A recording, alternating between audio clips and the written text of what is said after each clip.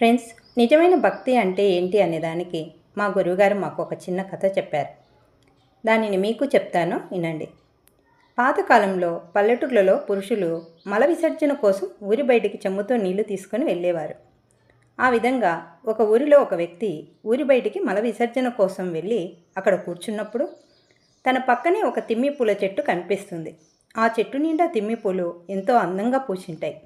అవి చూడగానే అతనికి తను మల విసర్జన చేస్తున్నానన్న విషయం కూడా మర్చిపోయి, ఈ పూలు ఎంత అందంగా ఉన్నాయి, ఇవి ఆ శివయ్య కోసమే పరితపిస్తున్నట్టు ఉన్నాయి, వీటిని తీసుకుపోయి ఆ శివయ్యకి అర్పించాలి అని తన మనసులో అనుకుంటాడు.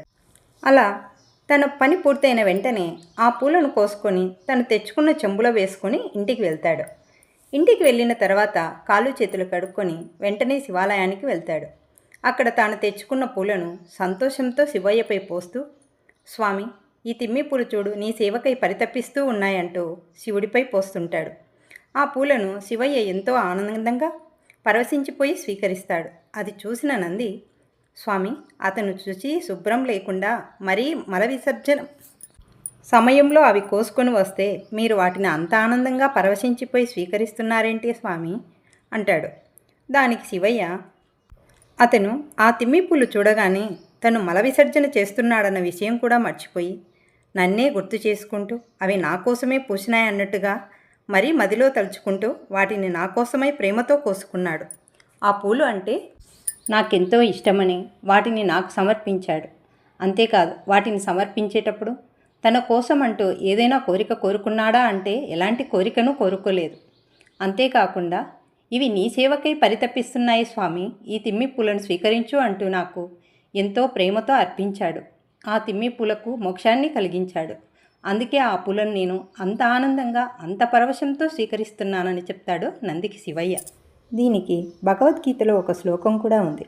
పత్రం పుష్పం ఫలం తోయం యో మే భక్త్యా ప్రయచ్చతి తదహం భక్తి ఉపహృతం అశ్నామి ప్రయతాత్మనః. అంటే ఒక ఆకు, పువ్వు, పండు లేదా నీరు ఏదైనా సరే భక్తితో ఏ వ్యక్తి అయినా సరే భగవంతునికి అర్పిస్తే దానిని భక్తితో స్వీకరిస్తానని చెప్తాడు. అంతేకాదు, ఇంకా భక్తి గురించి మా గురువుగారు ఇలా చెప్పుకొచ్చారు. ధ్రువుని వయసు ఎంత, అతన్ని ఎవరు ఎక్కలేని చోటికి ఎక్కించాడు. గజేంద్రుడు ఏమి విద్యావంతుడని ఆయనకు సారూప్యముక్తిని ప్రసాదించాడు. విదురుడు దాసీపుత్రుడు, ఏమి మధురం దొరికిందో కానీ స్వామి ఆయన ఇంట్లో అరటి తొక్కులకు అమ్మగా నమిలి తిన్నాడు. శబరి ఉమ్మిళ్లలో ఏమి రుచి దొరికిందో వెంగిలి పండ్లను కడపరా తిన్నాడు స్వామి. కుబ్జ గూనిది దాసీ మనిషి, ఏమి అందచందాలు చూసి ఆమెను ఆదరించాడు. భగవంతునికి బాహ్య బండారాలతో పని లేదు. కులగోత్రాలు, వేషభాషలు అంతకన్నా అవసరం లేదు. ఆయనకు కావాల్సింది భక్తి. భక్తి భగవంతునికి కులగోత్రాలతో అవసరం లేదు. వజ్ర వైడూర్యాలను సమర్పిస్తేనే మోక్షం రాదు. భక్తితో, ప్రీతితో, చిత్తశుద్ధితో ఏమిచ్చినా మోక్షం తప్పక లభిస్తుంది.